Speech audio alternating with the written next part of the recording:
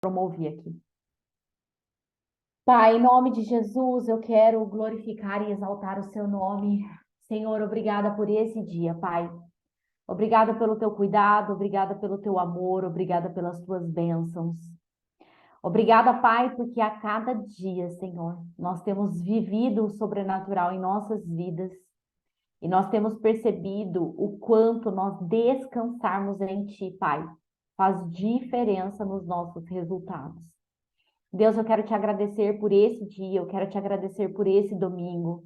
Eu quero te pedir, ó Deus, que sobre a vida de cada um de nós, Pai, nós que estamos aqui, aqueles que estão chegando, que a tua bênção, a tua provisão, a tua unção esteja sobre as nossas vidas.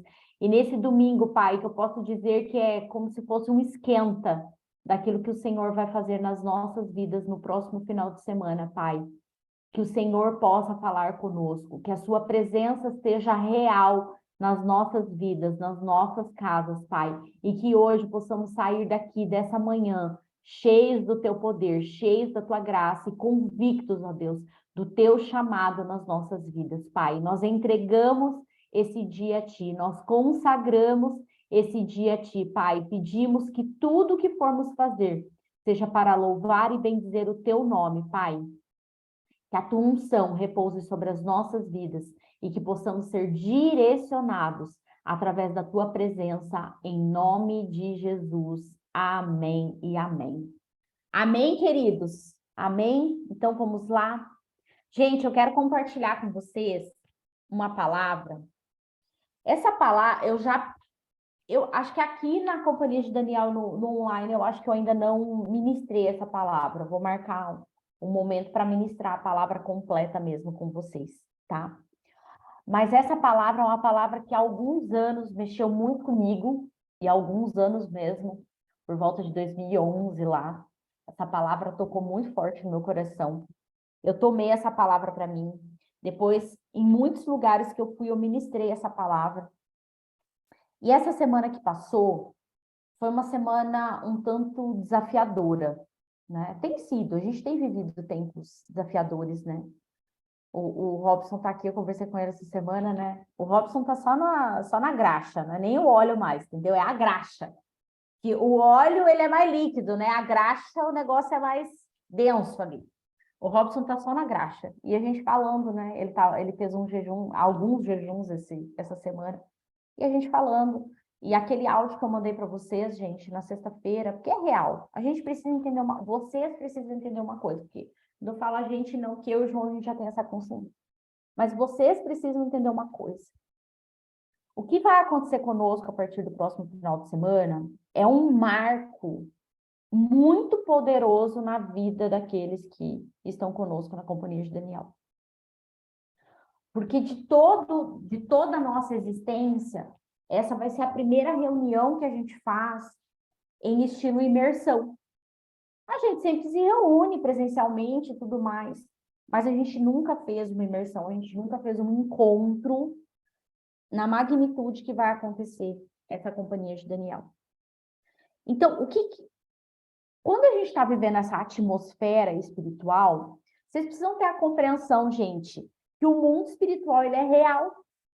E assim como nós temos os anjos, os principados, as potestades que nos operam em nosso favor, nós também temos anjos, principados e potestades que operam contra nós.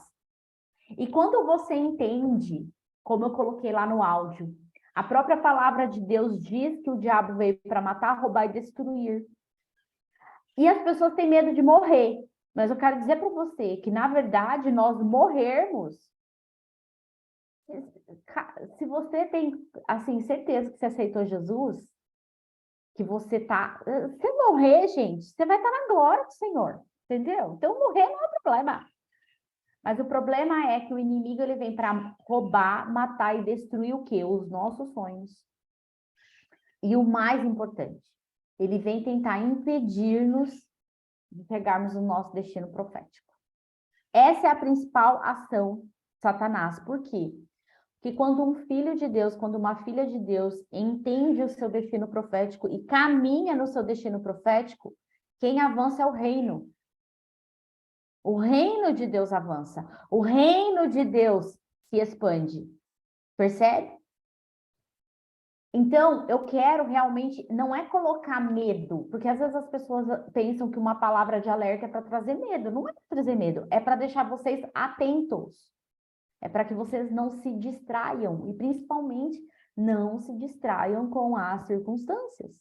Não se distraiam com aquilo que você não tem controle, que você não tem controle sobre o seu chefe, você não tem controle sobre o seu marido, você não tem controle sobre a chuva, você não tem controle sobre o trânsito, você só tem controle sobre as suas emoções.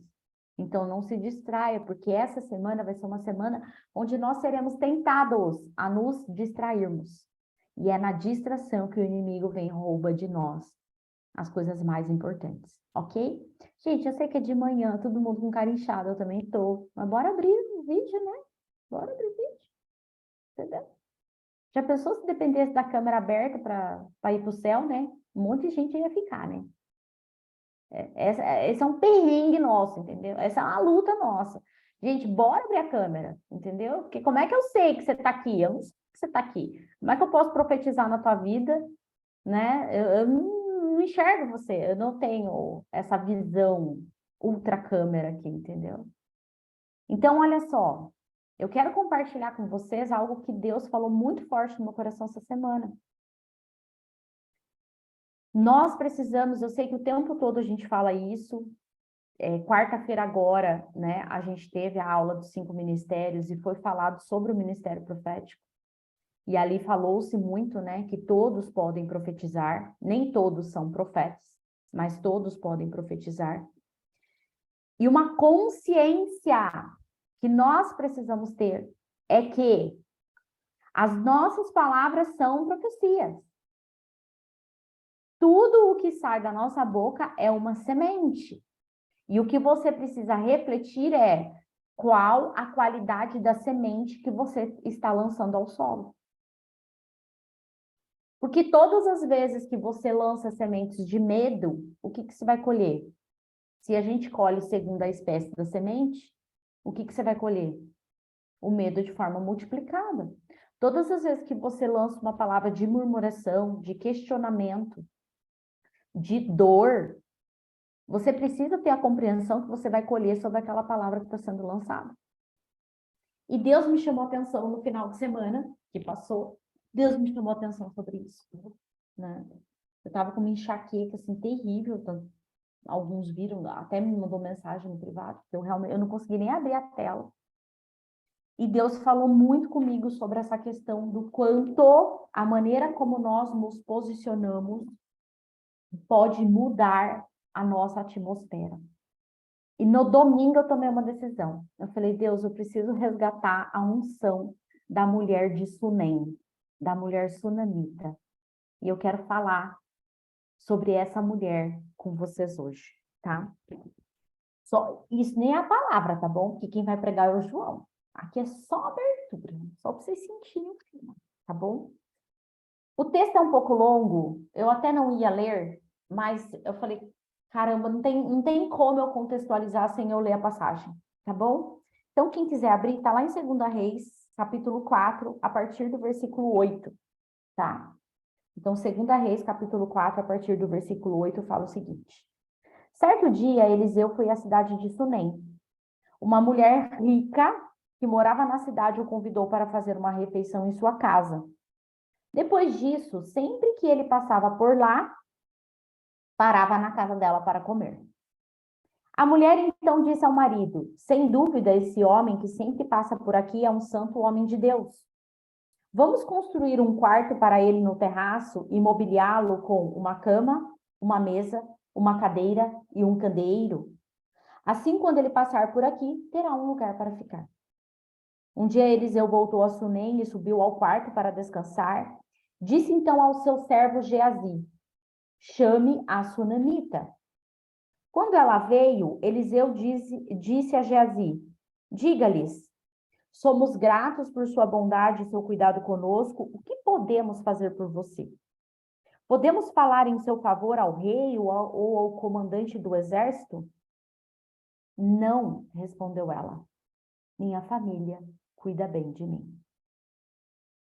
Mais tarde, Eliseu perguntou a Gease: o que podemos fazer por ela? E Gease respondeu: ela não tem filhos e o marido é mais velho. Chame-a de novo, disse Eliseu. A mulher voltou e, enquanto ela estava à porta do quarto, Eliseu lhe disse: ano que vem, por esta época, você estará com o filho nos braços. Não, meu senhor, exclamou ela. Por favor, homem de Deus, não me dê falsas esperanças. Mas, de fato, a mulher ficou grávida. No ano seguinte, naquela mesma época, teve um filho, como Eliseu havia lhe dito. Certo dia, quando o menino estava mais crescido, saiu para acompanhar o pai, que estava no campo com os ceifeiros. E, de repente, o menino gritou: ai, que dor na minha cabeça! E seu pai disse a um dos servos: leve-o para casa, para a mãe dele. O servo levou o menino para casa e a mãe o segurou no colo. Mas por volta do meio-dia, ele morreu. Ela o carregou para cima e o deitou na cama do homem de Deus. Fechou a porta e o deixou ali. Então enviou um recado para o marido: mande um dos seus servos e uma jumenta para que eu vá depressa falar com o homem de Deus e volte em seguida. Por que hoje? Perguntou ele. Não é festa de lua nova nem sábado? Ela, porém, respondeu: não se preocupe, vai tudo bem. Então ela mandou selar a jumenta e disse ao servo: rápido, só diminua o passo quando eu mandar. E partiu para encontrar-se com o homem de Deus no Monte Carmelo. Quando ele a viu à distância, disse a Gease: olhe, lá vem a sunamita. Corra ao seu encontro e pergunte: está tudo bem com a senhora, com o seu filho, com o seu marido e com o seu filho? A mulher respondeu: sim, está tudo bem. Mas quando ela chegou ao homem de Deus no monte, abraçou os pés dele. Gease quis afastá-la, mas o homem de Deus disse: deixa-a em paz. Ela está profundamente angustiada, mas o Senhor não me revelou o motivo. Então a mulher disse: acaso eu lhe pedi um filho, meu senhor? Não lhe disse que não me desse falsas esperanças? Eliseu disse a Gease: prepare-se para viajar, pegue o meu cajado e vá. Não cumprimente ninguém pelo caminho. Quando chegar, coloque o cajado sobre o rosto do menino. Mas a mãe do menino disse: tão certo como vive o Senhor, e tão certo como a sua própria vida, não voltarei para casa se o Senhor não for comigo. Eu não vou terminar de ler, porque depois vocês podem terminar de ler, eu vou resumir para vocês. Conclusão: Eliseu foi para a casa dela, chegou lá, ele pediu para Gease subir e colocar o cajado no menino. Gease subiu, o menino não, né, retomou a vida, vamos dizer assim, e Eliseu sobe, deita sobre o menino por 2 vezes, sopra nas narinas dele, e enfim, o menino ressuscita. Mas o foco aqui não é nem a ressurreição do menino. Gente, Deus, no domingo, ele falou muito forte comigo acerca de como nós encaramos os nossos desafios. O quanto nas nossas vidas nós nos deixamos levar pelas situações e pelas circunstâncias. E o pior, o quanto nós inflamamos as situações e as circunstâncias. E o quanto nós, inclusive, temos uma certa projeção, né? A gente meio que se esforça e a gente às vezes até gosta de contar as tragédias que acontecem conosco para outras pessoas.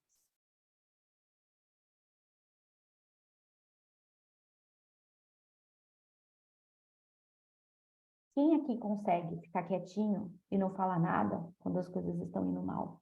Não, gente. A gente quer contar para um, a gente quer contar para outro. Porque no fundo, a gente quer alguém que lamba a nossa ferida. Sabe aquela coisa? Dá uma lambidinha na ferida para ver se passa a dor. Só que me impressiona demais a forma como essa mulher, que a gente nem sabe o nome dela, ela é conhecida o quê? Como mulher sunamita. Por que sunamita? Porque ela era da cidade de Sunem. É só isso que a gente tem. A gente não sabe se o nome dela era Maria, Ana, Rebeca, Sara, Sofia. Flávia, Juliana, Daniela, Miúque, Karina, Adriana, a gente não sabe o nome dela. Porque no fundo, o que importa aqui não era nem o nome dela, mas o que importa, de fato, é a atitude dela. E é isso que eu quero convidar vocês para refletirem hoje, gente. A atitude dessa mulher mudou o destino profético dessa mulher, porque a história dela não acaba aqui quando o filho ressuscita. Existe um desdobramento depois, porque virão anos de fome sobre a terra. E aquilo que ela semeou na vida de Eliseu, junto com a atitude que ela teve lá na frente, vai gerar uma recompensa bem significativa para ela.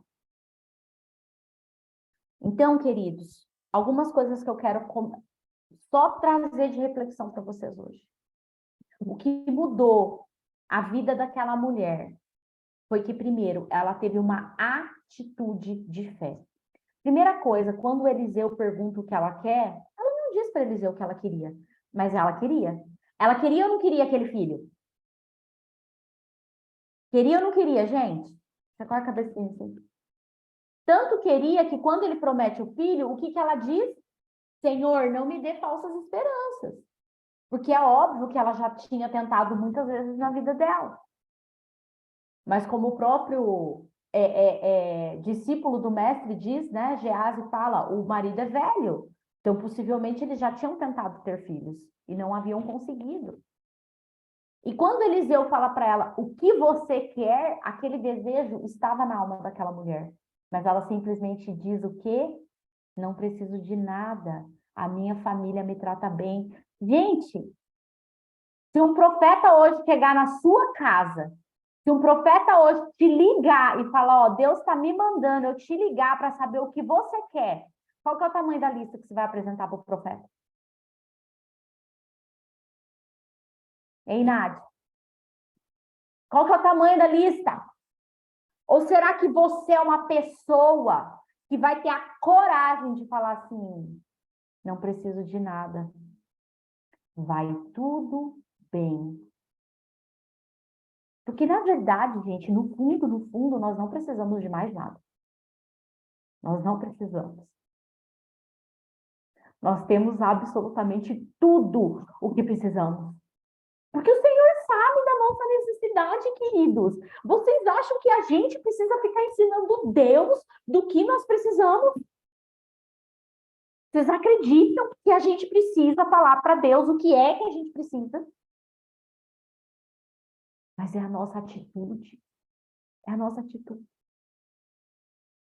Ela só diz, eu não preciso de nada, eu tenho tudo. A minha família me trata bem. E é lindo porque quando ela faz isso, Deus vai e revela para o profeta o que ela queria. E aí é quando Deus pode fazer não o que nós queremos, mas o que Ele quer para as nossas vidas. Queridos, quando nós deixamos de manifestar a Deus a nossa própria vontade, é quando de fato nós passamos a viver a vontade de Deus nas nossas vidas. E será que a gente está nesse nível de maturidade? De abrir mão das nossas vontades e dos nossos sonhos, para que a gente possa realmente viver a vontade de Deus nas nossas vidas, que talvez ela queria o filho, mas será que essa era a vontade de Deus? Quando ela abre mão e ela diz, eu tenho tudo, Deus pode então manifestar a vontade dele e não a dela. Só que não para por aí. E essa mulher é uma mulher que eu tiro o chapéu. Eu, quando chegar no céu, tem gente que quer conversar com Abraão, também quer conversar com Abraão. Tem gente que quer conversar com um monte de gente. Ah, mas vai ter uma pessoa que eu vou querer tomar um chá das 5, aquelas conversas assim, que entra a madrugada dentro, vai ser com essa mulher. Ah, mas eu vou querer conversar com ela e dizer para ela o quanto a vida dela inspirou a minha vida. Com certeza. Gente, os anos passam. Não dá para a gente calcular a idade dessa criança, entende? Ela não era tão criança, porque já foi para o trabalho com o pai, né? Então a gente calcula aí talvez um pré-adolescente. mas também não era um adulto. Por quê? Porque ela pôs o filho no colo. Então, a gente precisa entender a Bíblia nas entrelinhas. Então, ela, talvez um pré-adolescente, talvez 9, 10, 12 anos, porque um filho adulto ela não conseguiria colocar no colo. E ela não conseguiria subir com ele, porque ela subiu com o filho. Quem aqui, a Dani Tescari está aqui, né, médica pediatra, mamães e papais de plantão, filhinho está com 39 graus de febre e já está dando piti. Ai, meu Deus do céu! Ai, porque a febre não passa. Ai, misericórdia. Já liga para todos os intercessores da face do planeta Terra. Ai, pelo amor de Deus, ora, porque meu filho está com febre, que meu filho está com febre. Já entra em desespero. Desespero. Aí às vezes acontece isso com a gente, a primeira coisa que eu e o João fala, você já orou? Ai, não, tô tão nervosa que eu não consigo nem orar.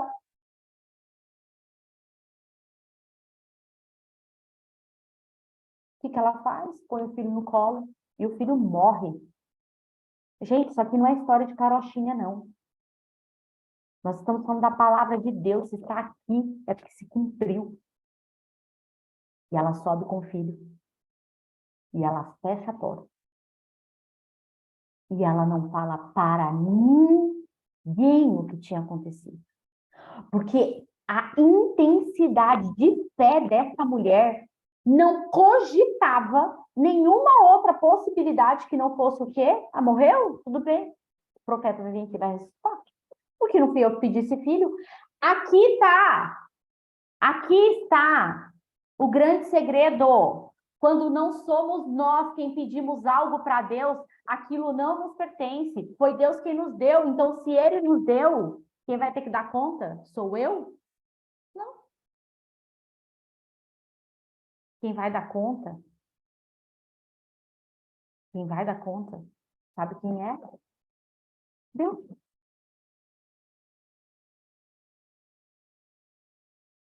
Deus. Aí o que que ela faz? Monta no cavalo. O marido fala assim: uai, mas por que que você vai ver o profeta hoje?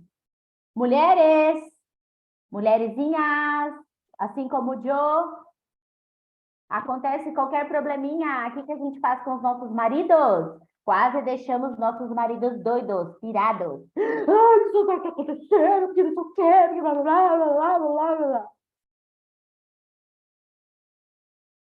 Entramos em desespero e geramos desespero nos nossos maridos. Pelo amor de Deus, quem aqui nunca fez isso, gente? Ei, muitas vezes. Muitas vezes. João, pelo amor de Deus, eu não sei o que está acontecendo. Vem para cá, eu preciso de você. Eu não vou dar conta sozinha.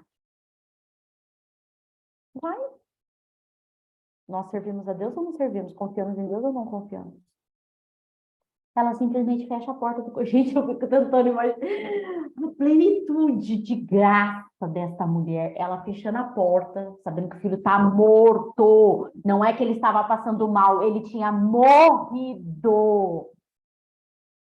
Quem é mãe aqui consegue cogitar essa dor ou essa possibilidade? Claro que não. Porque numa situação dessa a gente já estava gritando, já estava saindo na rua, já tinha chamado SAMU, ambulância, helicóptero, a Globo. Já tinha ligado para Deus e o mundo, já tinha trocentas pessoas na sua casa. Mas ela sabia que não seriam 300 pessoas que iriam resolver aquela situação, só tinha uma. E nem o marido poderia resolver aquilo. Então, quando o marido fala, ah, mas por que você vai ver o profeta? Hoje não é lua nova, não é Shabat. E o que ela diz? Fique tranquilo, vai tudo bem. Caraca, gente, como é que pode? O filho tá morto no quarto, a mulher vira pro marido e fala, vai tudo bem, vai tudo bem. Ela chega diante de Gease, Deus já tinha falado com Eliseu, Deus não tinha revelado o que tinha acontecido, mas Deus falou com Eliseu. Ela chega diante de Gease e ele pergunta, vai tudo bem com você, com o seu marido e com o seu filho? E o que ela responde de novo, gente? que ela responde? Gente, era a Gease que estava ali. O que ela responde? Vai tudo bem. Mas eu preciso conversar com a pessoa certa. E a pessoa certa é o profeta Eliseu. E ali, quando Eliseu tenta, né, enviar Gease, o que ela diz? Tão certo como eu vivo, eu não saio daqui sem que você vá comigo. Queridos, tem 3 pontos dessa reflexão que eu quero te chamar a atenção. A atitude de fé dessa mulher. Eu falei das mulheres, mas eu conheço muitos homens, inclusive muitos daqui da companhia de Daniel, que desesperariam com uma situação como essa. Ok?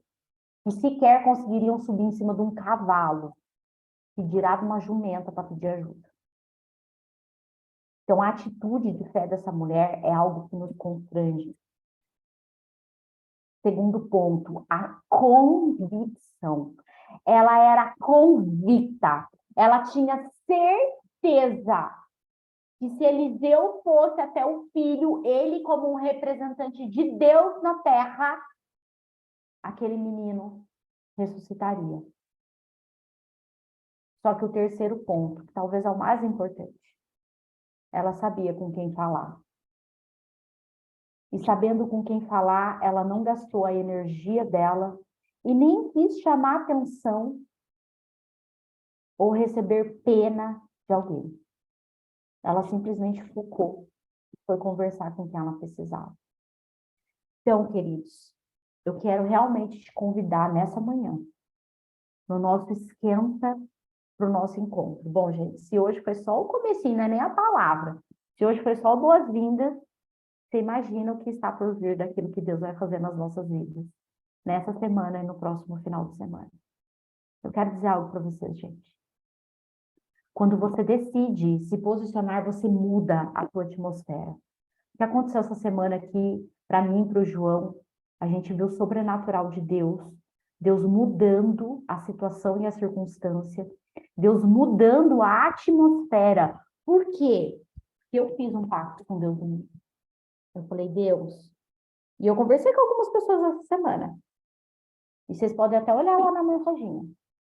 Na hora que a pessoa perguntou assim, tá tudo bem? Eu respondi exatamente dessa forma, vai tudo bem. Vai tudo bem. Porque eu entendi que eu tenho absolutamente tudo o que eu preciso. E se vai tudo bem, Deus sabe o que eu preciso. E Ele vai me acrescentar conforme a vontade dEle. Sarina, não é o que os seus olhos enxergam. É onde a sua fé alcança. Eu não falei para você? Sabe por quê? Porque quando eu fui no hotel sexta-feira, eu tive convicção. Eu falei pro João, falei, não tem outra possibilidade. Vai tudo bem. Vai tudo bem. Existem coisas que acontecem que a gente não tem a dimensão de onde pode chegar. Através do quê? Da nossa atitude. Da nossa atitude. Então, se nós realmente queremos, gente, foi até conversando com a Malena na outra semana, no sábado, acho que eu conversei com ela. Ela falou, gente, a real é que nós precisamos prestar atenção nas nossas orações. Nós precisamos prestar atenção nas nossas orações. Porque à medida que nós oramos, nós vamos viver as palavras proféticas que estão sendo liberadas através da forma como nós temos orado. Então, hoje, olha para a tua vida. Eu sei que ninguém aqui está vivendo uma situação como a da mulher de Sunem. Ninguém aqui está com um filho em situação de morte. Nem chegando perto. E aí você vai falar assim para mim, mas você não sabe os outros problemas que eu tenho. Eu posso te dizer como mãe. Talvez para você seja diferente. Mas eu posso afirmar que a pior tragédia que poderia acontecer na minha vida hoje é a morte de uma filha. Nenhuma outra coisa se compararia a isso. Então, se nenhuma outra coisa se compararia a isso, e ainda assim, nós temos a atitude desta mulher que nos mostra como nós devemos agir, eu posso te falar que não importa o que você está passando hoje. O que vai mudar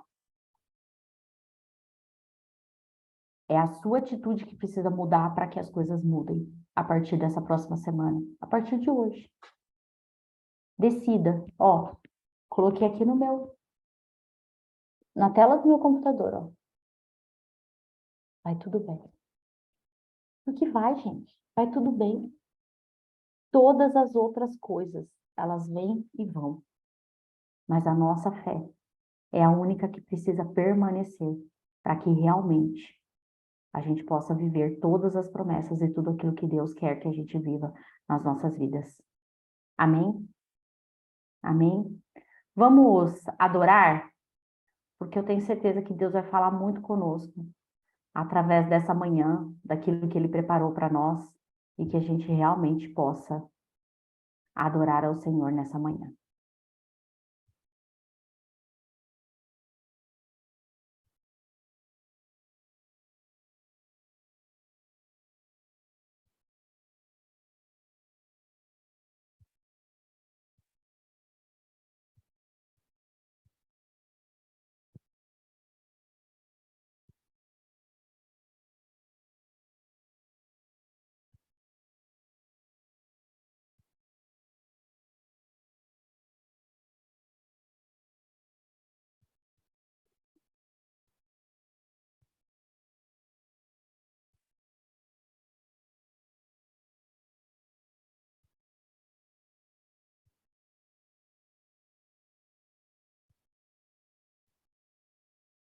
É, gente.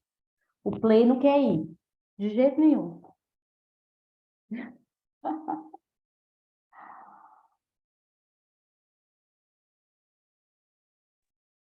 Da Xuxa?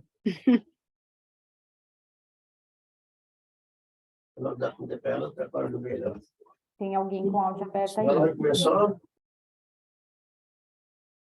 Só um pouquinho que eu acho que eu vou ter que finalizar aqui, gente. O Spotify, vou ter que fechar. Ô, Flávia, e se você não consegue ligar pelo seu celular? É, na verdade, eu fechei no celular o Spotify para justamente não dar esse perrengue. João, não sei se você tá com ele aberto aí no teu computador.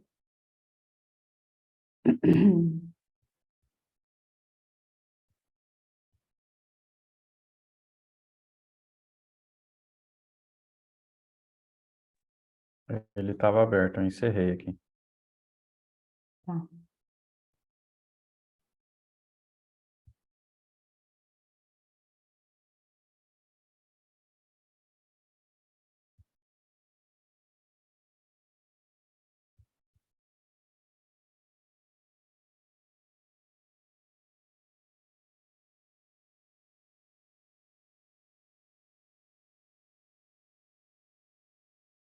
É forte, gente.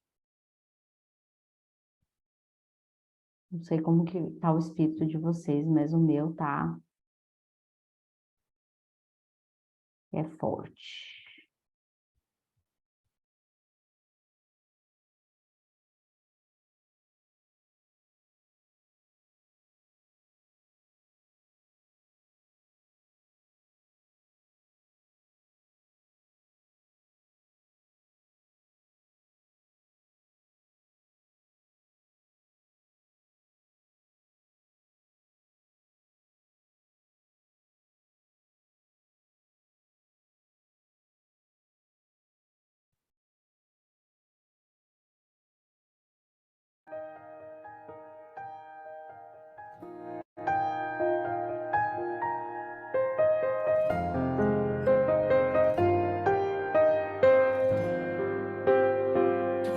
Eu parava agora,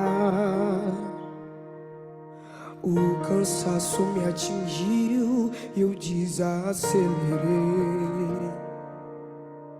O ânimo em mim sumiu e eu parei.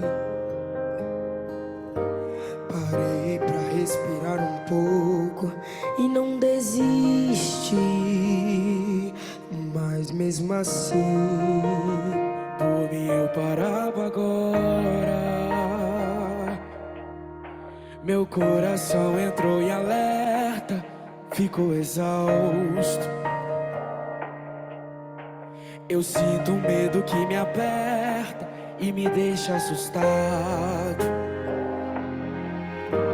Por mim eu já teria tempos parado.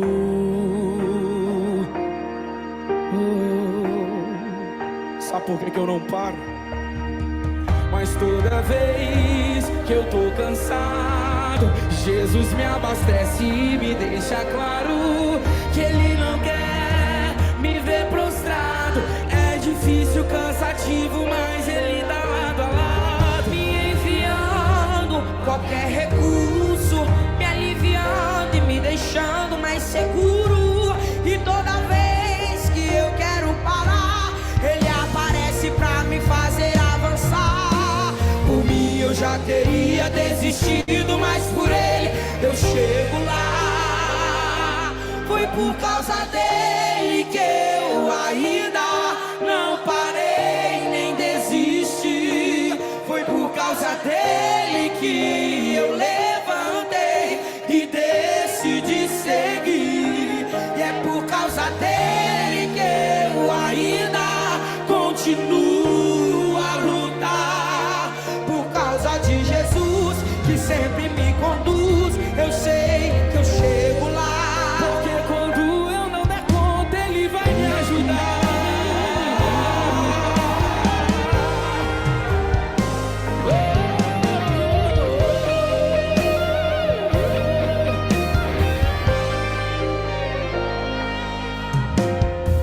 Mas toda vez que eu tô cansado, Jesus me abastece e me deixa claro que Ele não quer me ver prostrado. É difícil, cansativo, mas Ele dá lado a lado, me enviando qualquer recurso, me aliviando e me deixando mais seguro. E toda vez que eu quero parar, Ele aparece pra me fazer avançar. Por mim eu já teria desistido, mas por Ele eu chego lá. Foi por causa dele que eu ainda não parei nem desisti. Foi por causa dele que eu levantei e decidi seguir. E é por causa dele que eu ainda continuo a lutar. Por causa de Jesus que sempre me conduz, eu sei que eu chego lá. Porque quando eu não der conta, Ele vai me ajudar. Aí talvez alguém vai perguntar pra você: por que você sobreviveu nessa batalha? O que te manteve de pé? Aí tu vira pra essa pessoa e fala assim: foi por causa dele que eu não parei. Foi por causa dele que eu não desisti. É por causa dele que eu estou aqui dizendo que é por causa dele. É por causa dele. É por causa dele que eu não parei. É por causa dele que eu não desisti. É por causa dele que estou aqui dizendo que é por causa dele. Que é por causa dele.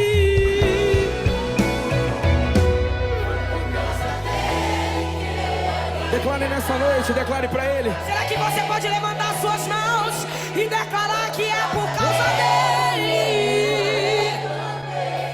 E decidi seguir. E é por causa dele que eu ainda continuo a lutar. Por causa de Jesus que sempre me conduz, eu sei que eu chego lá. Porque quando eu não der conta, Ele vai me ajudar. Que eu não parei,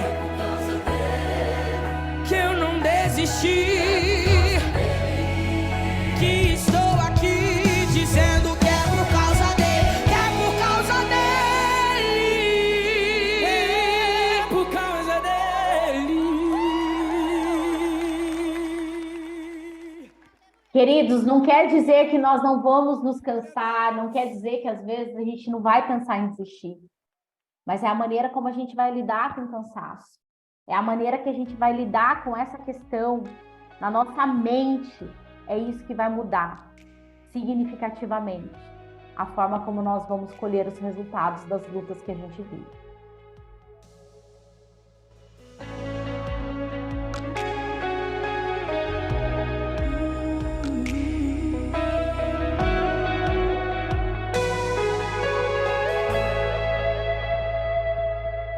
Quem é o homem que teve o poder de andar sobre o mar?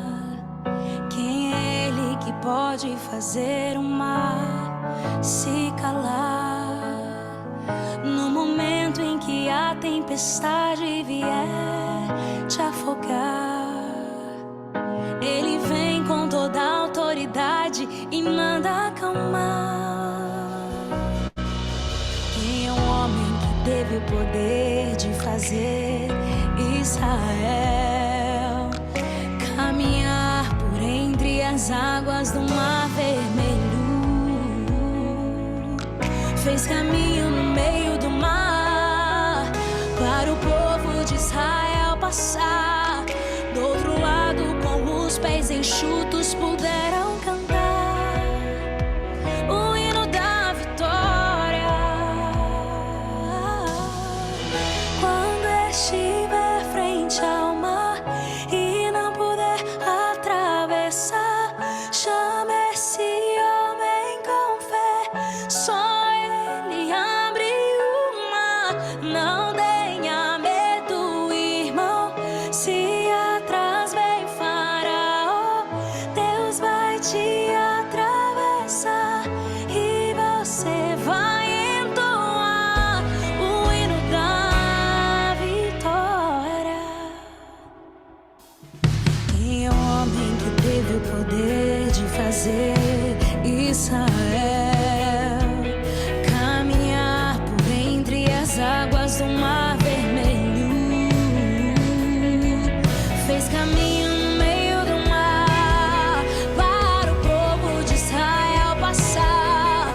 Do outro lado, com os pés enxutos, puderam cantar o hino da vitória. Quando estiver frente ao mar e não puder atravessar, chame este homem com fé, só ele abre o mar.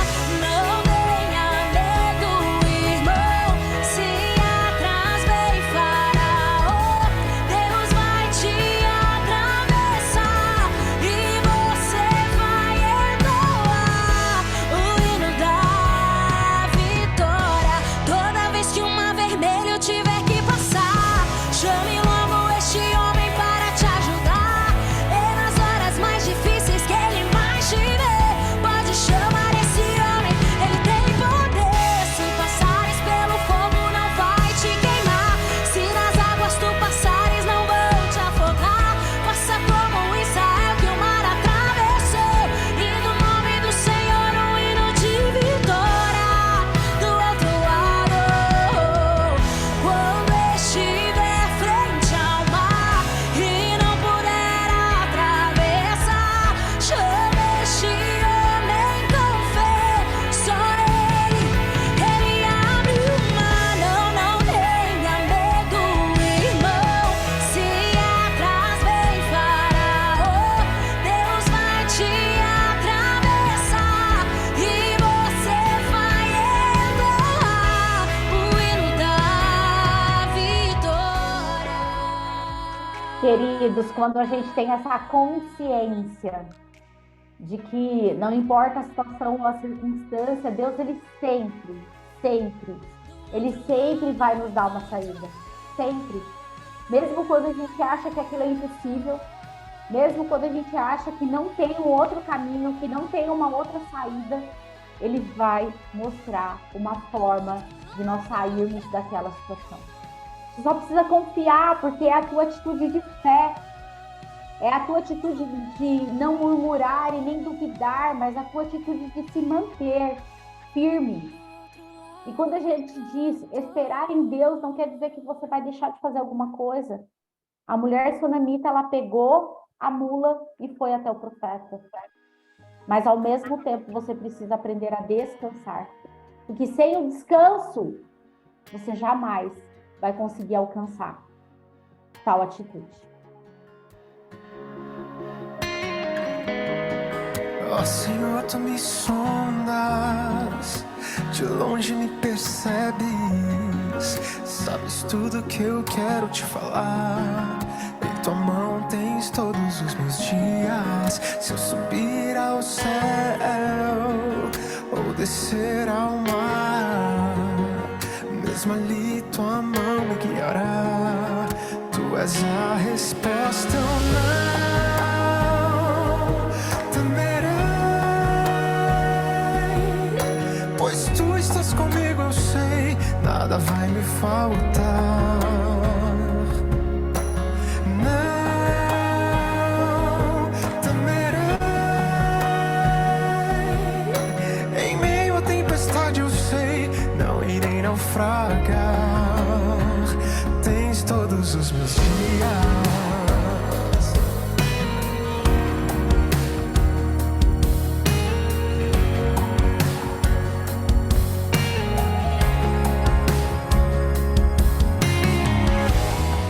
Ó Senhor, tu me sondas, de longe me percebes, sabes tudo que eu quero te falar.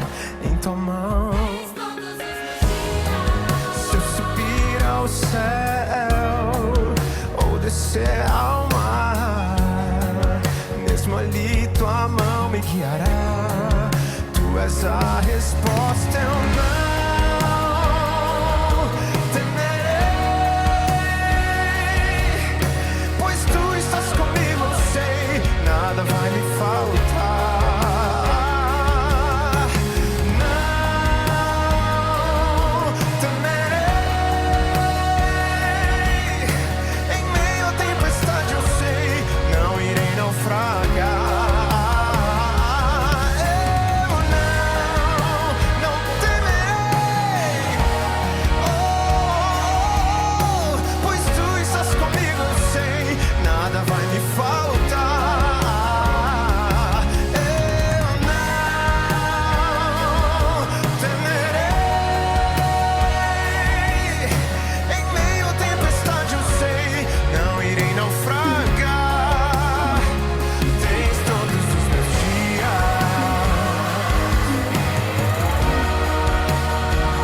Tens todos os meus dias.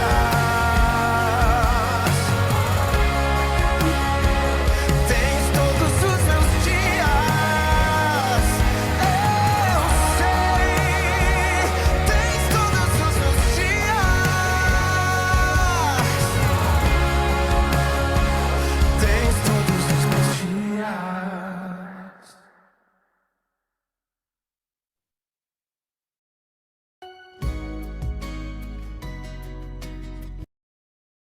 Queridos, eu quero te perguntar hoje se você realmente está pronto, disposto a viver esse novo de Deus na sua vida e realmente você confiar, não temer. Que é desafiador, é. Nós somos educados, formados, forjados pelos nossos pais e pela própria sociedade a não dependermos, a sermos independentes. Então, depender de Deus é um ato de mudança, é um ato de total submissão, é um ato de fé, é um ato de entrega. Mas eu vou desafiar vocês aqui hoje a não só dependerem de Deus, mas a mudar a atitude como vocês dependem de Deus e a entregar ao Senhor sonhos, projetos, e realmente ter a convicção de que Ele sabe o que é melhor para cada um de nós. E que Ele está no controle das nossas vidas, se assim nós deixarmos Que não adianta a gente falar assim, ah, Deus está no controle da minha vida. Se você deixar, ele não vai invadir esse espaço. Ele não vai invadir esse espaço. Amém? João, tá com você a palavra. Amém. Glória a Deus. Glória a Deus, queridos. Quem já sentiu que Deus falou com você aí, levanta a mão assim para eu poder ver. Amém. Amém. Queridos, eu quero falar, antes da gente começar, de eu falar sobre a ministração, que Deus, a palavra que Deus me entregou, primeiro eu quero orar com você e eu vou pedir para você a seguinte coisa. Assim como eu fazia lá na Jabaquara, eu vou pedir para a Fernanda colocar aqui no chat as nossas contas para a oferta. Se Deus falar com você, se você sentir no coração, a qualquer momento que você precisa fazer uma oferta, os números vão estar aí, os números das contas vão estar aqui no chat, e você faça a sua oferta, faça o seu dízimo, da forma como quiser, da forma como preferir e quando quiser. Eu tenho um exemplo muito forte dos países da África, porque eles não precisam ser estimulados a ofertar. E assim eu também conduzo e gosto muito de conduzir o povo de Deus para que não precise ser estimulado para ofertar. Porque a oferta e o dízimo e a primícia, elas são coisas que devem ser feitas de forma alegre, de forma, como é que eu vou dizer, não só de forma alegre e festiva, mas também de uma forma que seja como se fosse em sinal de respeito e adoração. Então, reverência a Deus. Então, se você for tocado em algum momento do culto, enquanto estiver falando, ministrando, ouvindo um louvor, ouvindo a palavra, vá e faça uma oferta. E os africanos, eles faziam isso de forma alegre, toda vez que ele sentia que a palavra tocou na vida dele, ele ia lá e fazia uma oferta para o pregador. E muitos falam que a África é um país de miséria, mas muitos pregadores já foram à África e voltaram mais abençoados financeiramente do que em qualquer outro país da Europa, por exemplo. Então, entendam isso, que a prosperidade está no coração daquele que dá. Então, vocês só precisam fazer aquilo da forma como querem. E a gente não precisa cobrar vocês disso. Então, eu só estou pedindo para que as pessoas possam ser livres quanto a isso, tá? Eu estou vendo aqui a Adriana perguntar sobre primícias. Adriana, lá dentro do nosso grupo tem um link para você poder pegar algumas ministrações, e uma delas que está ali fala exatamente sobre dízimo, oferta e primícia. Ela está lá gravada, e dá para você poder assistir essa aula e se aprofundar mais sobre isso, mas é óbvio que a gente pode falar isso se você tiver alguma dúvida, depois que assistir essa ministração, me pergunta que com certeza eu vou te responder, tá bom? Queridos, então eu quero orar com você para que você possa receber de Deus agora aquilo que é a mensagem dele. Já tivemos uma mensagem incrível. Na minha concepção, acho que nem precisaria ter uma segunda mensagem, porque a mensagem ela foi feita, ela foi dada, foi o que Deus queria realmente entregar para você neste dia. Só que eu entendo que neste dia, algo além que seria quase como um complemento, nós não combinamos, mas o que Flávia falou foi, em parte, o que eu vou falar aqui. Então, eu acredito que você precisa ouvir o restante dessa ministração que Deus tem para você. Então, oremos. Pai, na autoridade do nome de Jesus, eu quero declarar sobre as nossas vidas, sobre a tua vida, sobre a vida de cada um que aqui está, que nós possamos, ó Pai amado, sentir a tua presença cada vez mais. Senhor, em nome de Jesus, eu quero agora pedir e invocar a presença dos teus anjos, para que possam levar nossas mentes cativas agora diretamente ao teu trono. Pai, em nome de Jesus, eu proíbo agora todo tipo de pensamento, ó Pai amado, de derrota, de escassez. Pai, em nome de Jesus, tira de nós, ó Pai amado, todo tipo de pensamento de fracasso. Que em nome de Jesus nós possamos ver, ó Pai amado, e sentir, ó Pai, a tua prosperidade sobre as nossas vidas. Sentir acima de tudo, ó Pai amado, o teu poder, a tua intimidade conosco, ó Pai amado, e acima de tudo a tua presença sobre as nossas vidas. Abençoa, ó Pai, essa palavra, que eu possa, ó Pai, ser a tua voz neste lugar e neste momento, ó Pai. Em nome de Jesus, eu abençoo a vida de cada um. Amém e amém. Amém, queridos? Vamos lá. Abram suas Bíblias comigo no livro de Hebreus, no capítulo 3, nos versos 12 até o 19. Hebreus, capítulo 3, verso 12 a 19. Diz assim a palavra de Deus: Tende cuidado, irmãos, Jamais aconteça haver em qualquer de vós perverso coração de incredulidade que vos afaste do Deus vivo. Pelo contrário, exortai-vos mutuamente cada dia, durante o tempo que se chama hoje, a fim de que nenhum de vós seja endurecido pelo engano do pecado. Porque nos temos tornado participantes de Cristo, se de fato guardarmos firme até ao fim a confiança que, desde o princípio, tivemos. Enquanto se diz, hoje, se ouvirdes a sua voz, não endureçais o vosso coração, como foi na provocação. Ora, quais os que, tendo ouvido, se rebelaram? Não foram de fato todos os que saíram do Egito por intermédio de Moisés? E contra quem se indignou por 40 anos? Não foi contra os que pecaram, cujos cadáveres caíram no deserto? E contra quem jurou que não entrariam no seu descanso, senão contra os que foram desobedientes? Vemos, pois, que não puderam entrar por causa da incredulidade. Amém, queridos? Veja só, a palavra que Deus me trouxe em relação a esse tema, eu posso dizer que tem uma relação profunda com incredulidade e desobediência e quais são as suas consequências. Se eu tivesse que colocar um tema, eu colocaria esse tema: incredulidade, desobediência e suas consequências. Por que eu vejo isso? Porque Deus aqui nesse texto, ele faz um grande alerta. A palavra de Deus deixa claro que não há uma certeza em quem foi o autor da carta aos Hebreus. Atribui-se a Paulo pela forma de linguagem e pela maneira que foi escrito, pelo jeito de falar, muito semelhante ao jeito de falar de Paulo. Mas não há certeza e convicção sobre ter sido Paulo o autor desta carta. Então, o que nós entendemos é que o autor aqui, nesse ponto, ele traz um alerta, de fato, sobre a incredulidade. E veja só, eu quero falar para você sobre esse alerta, porque dentro desse texto que nós lemos, eu vi 3 coisas fundamentais quando se fala de incredulidade e que o autor exalta e alerta profundamente aqui nesse tema. Primeiro ponto, ele enquadra e ele relaciona, compara o incrédulo a um perverso. Lá no verso 12, logo que eu comecei a ler, ele fala sobre um coração perverso. Então, veja só, quando temos incredulidade, nós somos comparados aos perversos, ou seja, às pessoas que são maldosas.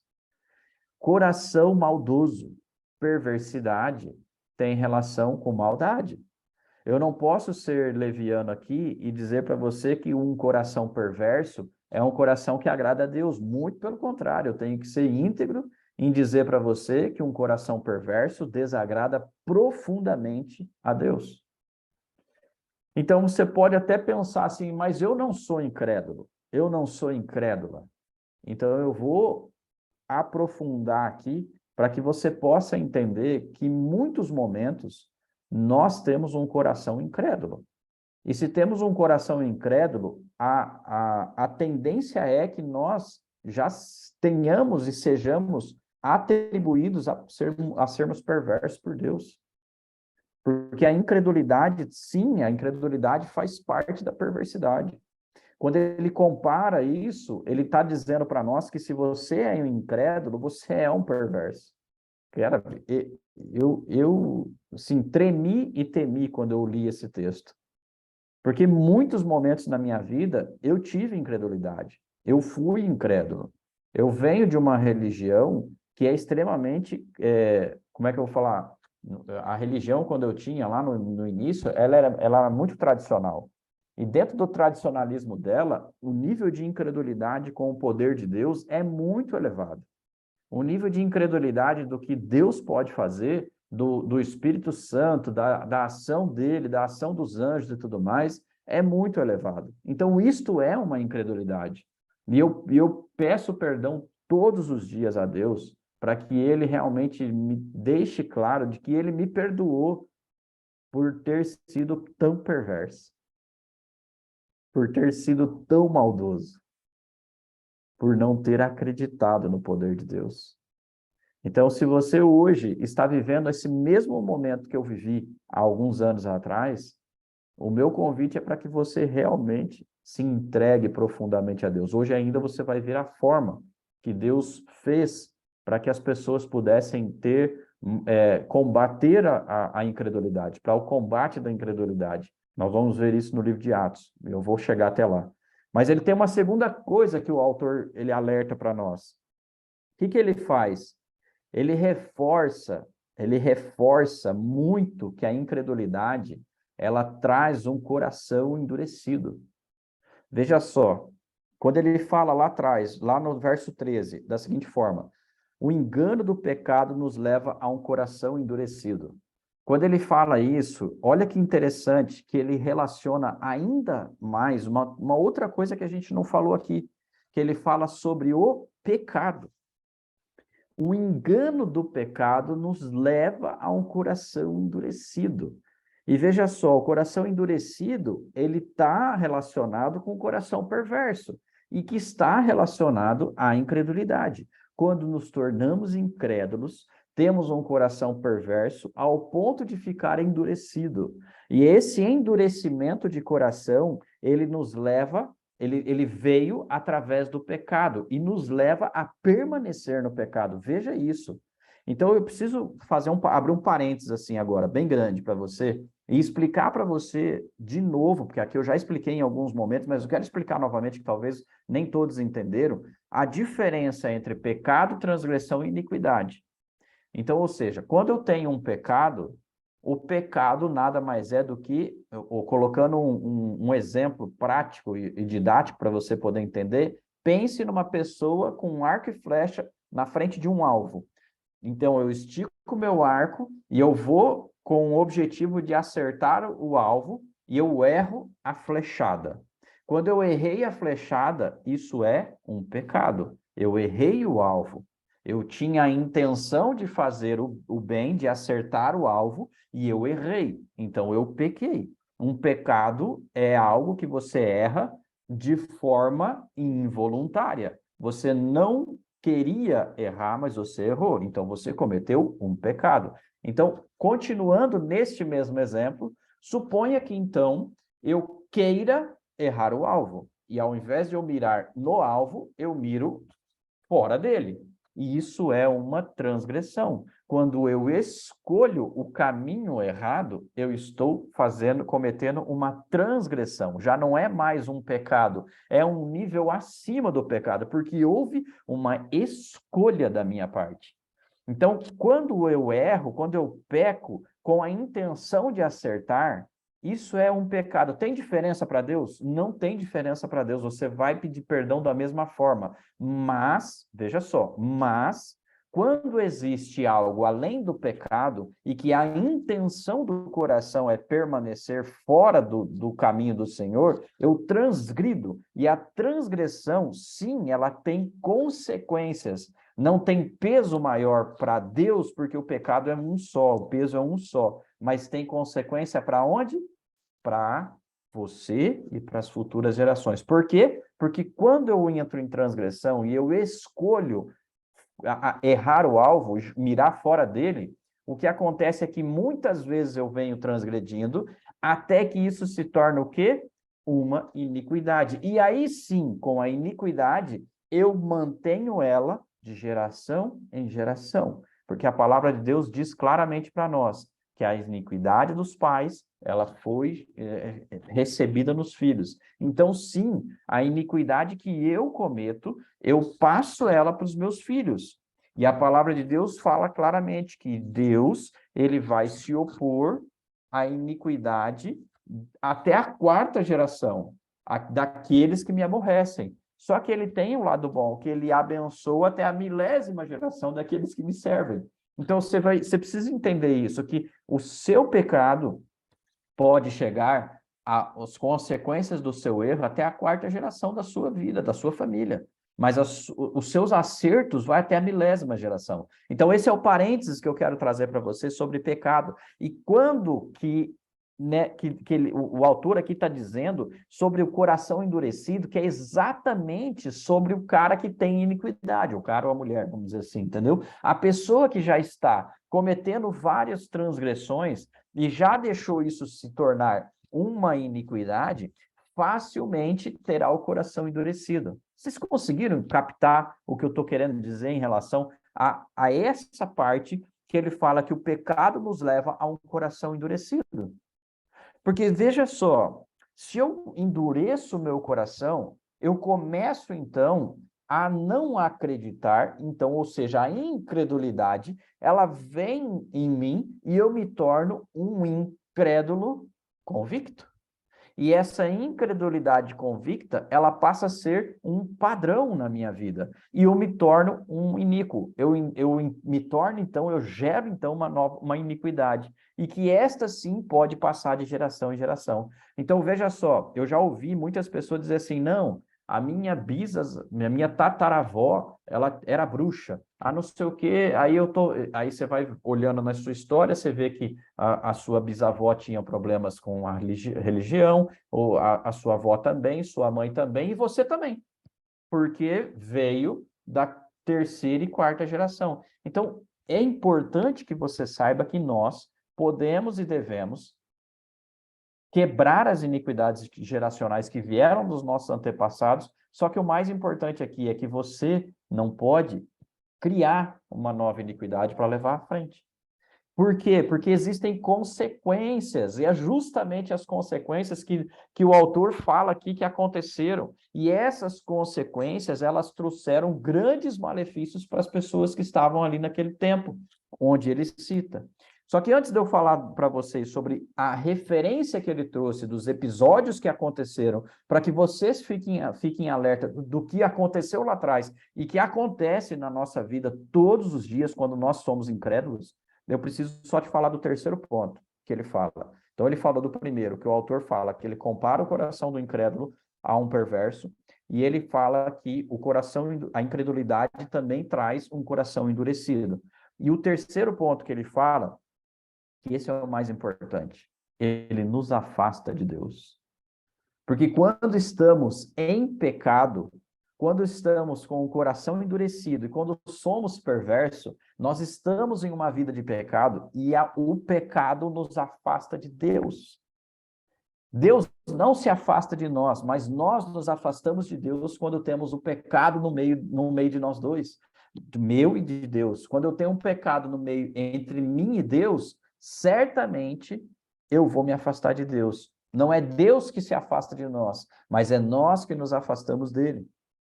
Porque ele fala que nos afasta do Deus vivo. Nós nos afastamos do Deus vivo. Verso 12. Então, veja só. Temos 3 pontos importantes para saber e relembrar sobre a incredulidade. Porque a incredulidade e a desobediência, porque os dois caminham juntos, ela tem consequências. E o que o autor fala aqui para a gente? O autor lhe traz 2 episódios, ele cita 2 episódios nessa passagem que eu li para vocês, 2 episódios que aconteceram com Moisés, porque esse texto aqui, o autor está reforçando o que Jesus era maior do que Moisés. E nesta de ser maior do que Moisés, ele trouxe o ponto da incredulidade aos que estavam lendo, aos hebreus. Ele trouxe o ponto de incredulidade, porque a incredulidade dentro do mundo dos hebreus, os hebreus, só para vocês se lembrarem, são os israelitas, são aqueles que moram em Jerusalém, são aqueles que moram em Israel. Então, hebreu é o povo escolhido de Deus. Então, aqui o autor ele está falando para aqueles que são o povo escolhido de Deus, e está alertando eles sobre algo que é comum e que foi combatido durante todo o tempo, que é a incredulidade e a desobediência do povo hebreu. Pensa num povo teimoso? Então multiplica por 10, é o povo hebreu, entendeu? Só que Deus escolheu esse povo. Por quê? Porque eles têm uma mente adoradora. Eles adoram e eles honram e eles são pessoas que realmente acreditam no Deus vivo. Só que aqui ele está se relacionando a Jesus, o Filho de Deus. Então nós precisamos entender que a incredulidade que está lá na mente do povo hebreu, que foi combatida e que vive sendo combatida, Israel, como vocês sabem, tem uma guerra espiritual, é uma guerra religiosa constante.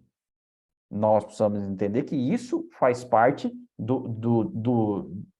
como é que eu vou falar, né? Que a gente está esperando um avivamento. E dentro desse avivamento, a gente acredita que isso vai acabar acontecendo uma restauração em breve, em algum dia. E isso é necessário que aconteça. Porque o Deus é um só, eles servem o mesmo Deus, que é o Deus de Abraão. Mas a guerra religiosa, ela é constante. Quando a religião cair, aí sim nós teremos um povo unido, nós teremos realmente uma restauração de todas as coisas. Enquanto isso não houver, certamente o Senhor Jesus continuará retido nos céus. Não só isso, mas outras coisas mais fazem com que Jesus permaneça retido nos céus. Então veja só, quais são os 2 episódios que o autor trouxe e se referenciou, né, quando ele fala que esses 2 episódios aconteceram com Moisés. E ele reforça as consequências da desobediência e da incredulidade. Abram as suas Bíblias no livro de Números, no capítulo 20, no verso 2 até o verso 13. Números 20, de 2 a 13. Eu não sei se eu vou ler, porque ele é meio comprido, mas eu acho que sim. Números 20, do capítulo do versículo 2 até o 13. Eu vou ler aqui. Não havia água para o povo, então se ajuntaram contra Moisés e contra Arão. E o povo contendeu com Moisés e disseram: antes tivéssemos perecido, quando expiraram nossos irmãos perante o Senhor. Porque trouxestes a congregação do Senhor a esse deserto, para que morramos, e aí nós e nossos animais? E por que nos fizeste subir do Egito para nos trazer a este mau lugar, que não é de cereais, nem de figos, nem de vides, nem de romãs, nem de água para beber? Então Moisés e Arão se foram de diante do povo para a porta da tenda da congregação e se lançaram sobre o seu rosto, e a glória do Senhor lhes apareceu. Disse o Senhor a Moisés: toma o bordão, ajunta o povo, tu e Arão teu irmão, e diante dele falai a rocha, e dará a sua água. Assim lhe tirareis a água da rocha, e darei a beber à congregação e aos seus animais. Então Moisés tomou o bordão de diante do Senhor, como lhe tinha ordenado. Moisés e Arão reuniram o povo diante da rocha, e Moisés lhe disse: ouvi agora, rebeldes, porventura faremos sair água dessa rocha para vós outros? Moisés levantou a mão e feriu a rocha 2 vezes com o seu bordão, e saíram muitas águas, e bebeu a congregação e os seus animais. Mas o Senhor disse a Moisés e a Arão: visto que não crestes em mim, para me santificardes, presta atenção nessa parte, vistos que não crestes em mim, para me santificardes diante dos filhos de Israel, por isso não fareis entrar este povo à terra que lhe dei. São estas as águas de Meribá, porque os filhos de Israel contenderam com o Senhor, e o Senhor se santificou a eles. O que o autor fala aqui, nessa passagem, ele fala aqui lá no verso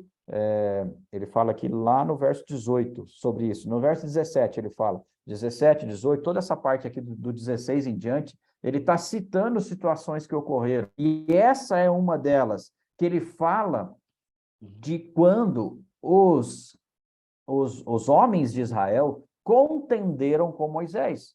E aí, nessa contenda, eles brigaram com Moisés e atribuíram a Moisés a responsabilidade de tirar eles do Egito para morrer de sede no deserto. E Moisés, ele faz o quê? Deus manda ele falar com a rocha e, na sua ira, ele fere a rocha para que o povo beba água. Então, ou seja, ele ultrapassou os limites também e ele feriu a rocha quando Deus falou, fala com a rocha. Mas veja só, o ponto aqui está no quê? Na incredulidade. Até mesmo Moisés, quando Deus fala com a rocha, e ele vai e fere, pode ter certeza que tem um ponto de incredulidade aí. Porque ele achou, talvez no fundo do coração dele, que a água não ia entregar, a rocha não ia entregar água para ele se ele só falasse. Então foi necessário que ele agisse. Quantos de nós, quando recebemos palavras proféticas, e Deus fala para a gente assim, ó, faça isso, escute, ouça, e você vai lá e faz. Quando Deus fala para você não, e você faz com a força do seu braço. Quando Deus fala para você, espera, e você precocemente age. Tudo tem seu tempo. E aqui entra a incredulidade, quando você age fora do tempo. Escute o que eu estou dizendo. Muitos de nós acham que nós estamos fazendo a coisa certa quando estamos agindo antes do tempo. E aqui está claro para nós que agir antes do tempo nos causa um problema maior ainda, que está ligado à desobediência e à incredulidade. Quando agimos antes do tempo, nós somos sujeitos às consequências da incredulidade e da desobediência. E as consequências, nós vamos chegar lá, eu vou dizer para você qual é. As consequências são dolorosas. Elas são terríveis, porque os filhos de Israel sofreram consequências terríveis. Qual o segundo episódio, para a gente já chegar nas consequências aqui? O segundo episódio está lá em Números, também em Números, só que está no verso 14. Está no capítulo 14. Então, Números 14, o verso 33 e o 34. Números 14, 33 e 34. E eu vou ler para você aqui, ó. Números 14, 33 e 34. Vossos filhos serão pastores nesse deserto 40 anos, e levarão sobre si as vossas infidelidades, até que o vosso cadáver se consuma nesse deserto, segundo o número dos dias em que espiastes a terra, 40 dias, cada dia representando um ano, levareis sobre vós as vossas iniquidades, 40 anos, e tereis experiência do meu desagrado. Queridos, vocês prestaram atenção no que aconteceu aqui? Vocês prestaram atenção no que Deus fez? Nesse episódio, só para você contextualizar o que você acabou de ler, foi depois que Moisés mandou 12 espias para espiar a terra, e os 12 espias voltaram, e 10 deles disseram, nós vamos morrer, porque esse povo que está lá é maior do que nós. Qual é a mente que eles tinham? Mente de escravo. E os 10 voltaram dizendo que não tinha como, porque eles iam morrer. O povo de lá era maior do que o povo de cá. Era mais poderoso, tinha gigantes. Só 2 disseram que era para ir, porque eles venceriam, porque Deus iria entregar, Josué e Caleb. E o que acontece nessa passagem é que Moisés, depois que esses 10 contenderam com ele também, inflamaram o povo e fizeram com que o povo temesse e não fosse, ou seja, não acreditar. Incredulidade, de novo, a incredulidade na promessa que Deus fez para eles, fez com que o povo não fosse para lá. Gente, só para você poder entender. Quando foi que eles chegaram nesse ponto? A palavra de Deus diz para nós que logo depois que eles saíram do deserto, então ali logo depois seria o quê? O tempo ideal para uma viagem do Egito até a Terra Prometida.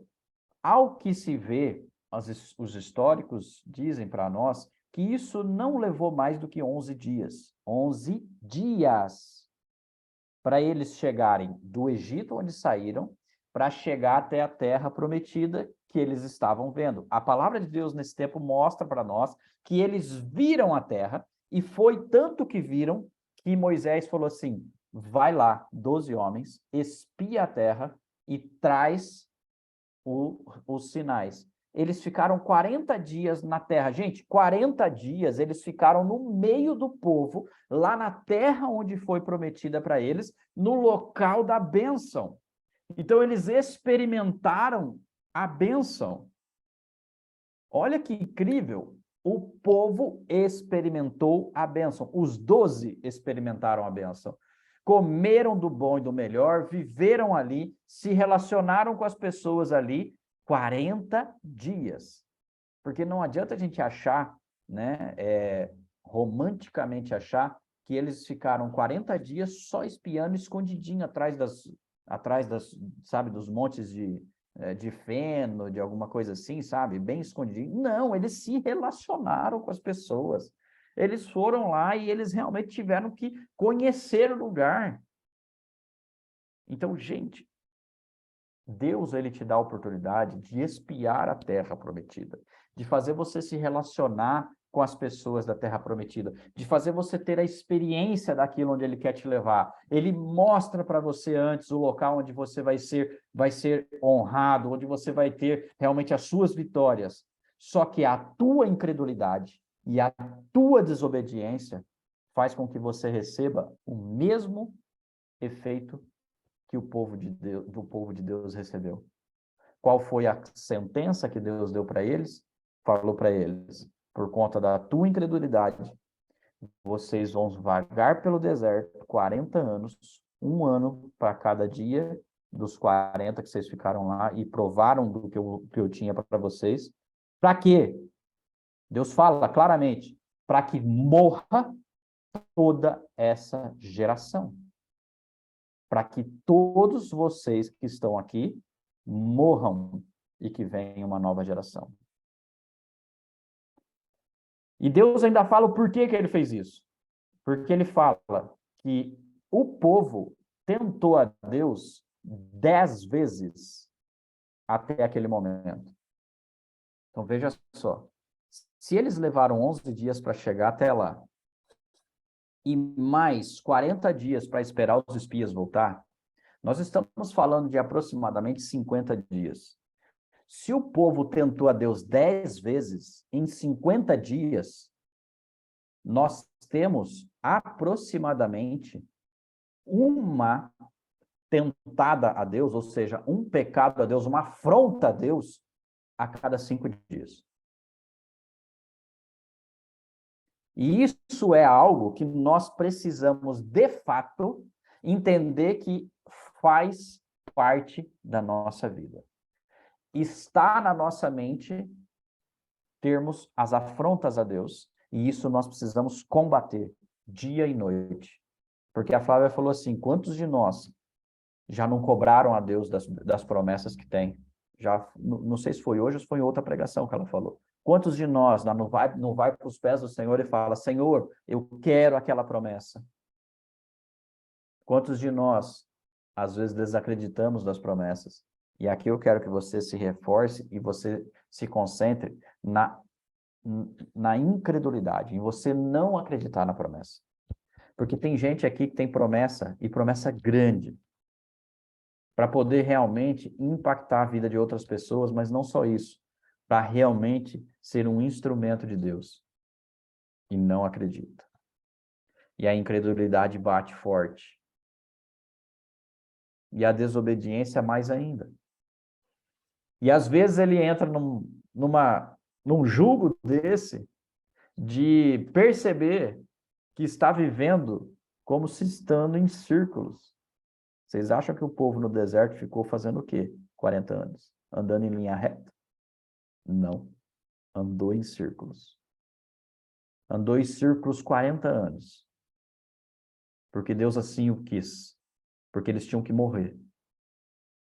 Aquela geração de escravos, de mentalidade de escravo, precisava morrer.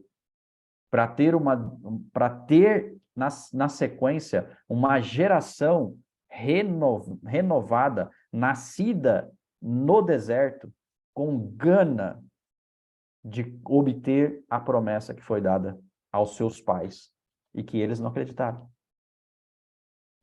Então, se você hoje está sentindo que está andando em círculos, se arrependa hoje, imediatamente, agora, porque pode ser que pela tua incredulidade e pela tua desobediência, Deus te fez a mesma sentença que fez ao povo dele, de deixar você vagando do deserto até morrer. Para que a tua próxima geração venha e tenha uma visão diferente. O arrependimento hoje pode trazer de volta as promessas que Deus fez na sua vida. Para que você possa começar a viver novamente tudo aquilo que você, por incredulidade e por desobediência, perdeu. Essa palavra é forte. Essa palavra faz com que a gente reflita todos os dias.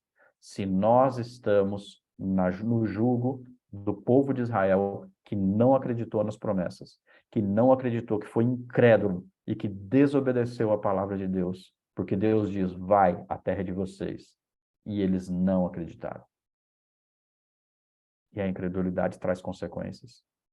E a pior delas é a morte espiritual. E a morte física, mas a morte espiritual eu vejo que é a pior delas.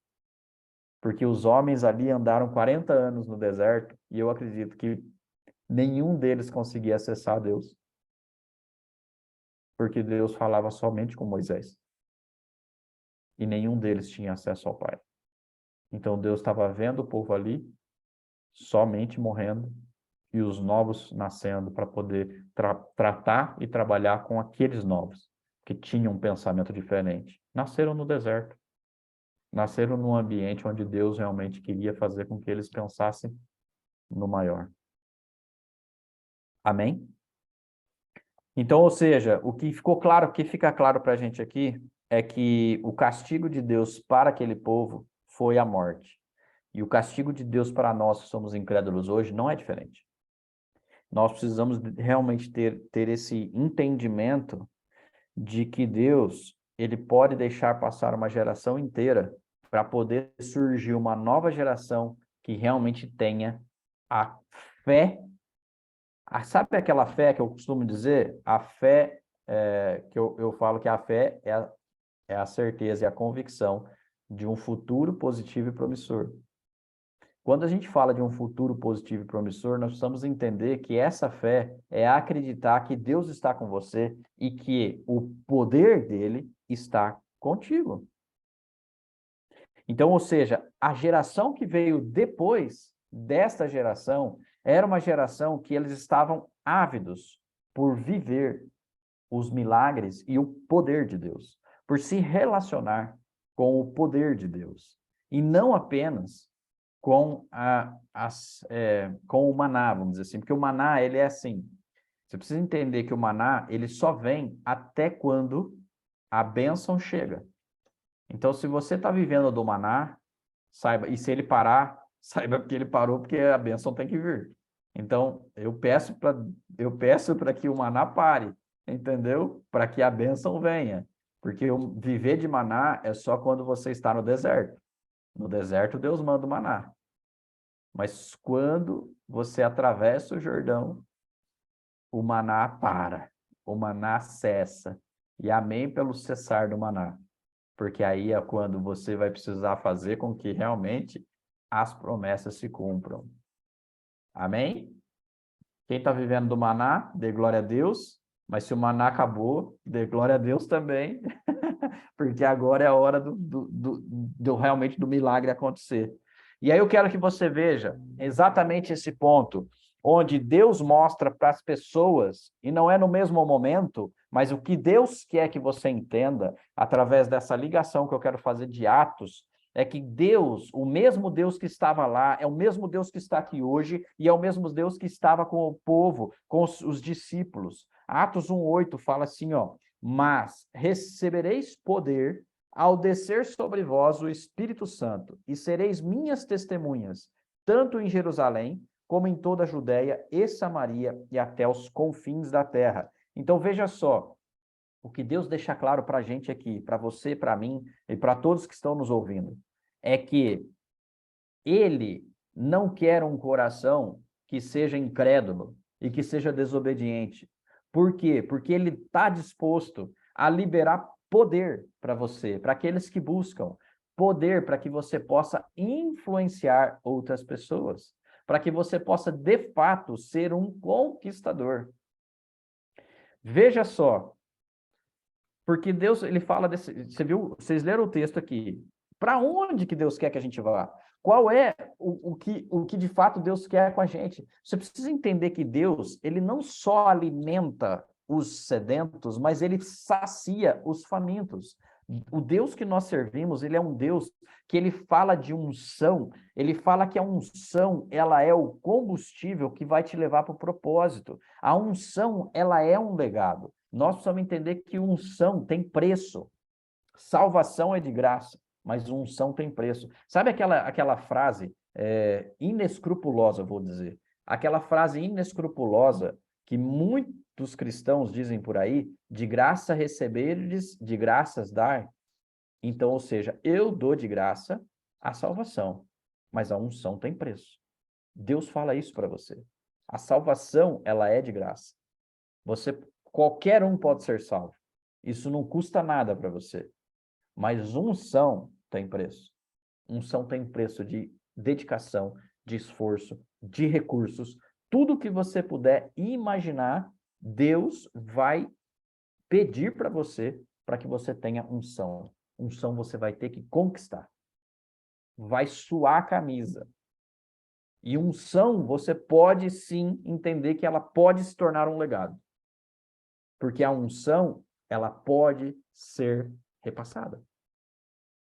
Mas para ser repassada tem que ser para alguém que pague o preço. Ou seja, não é de graça. Não é de graça. Nunca foi e nunca será. Então não caia nesse engodo de achar que você, fazendo a obra do Senhor, precisa fazer tudo de graça. Não. Não é de graça.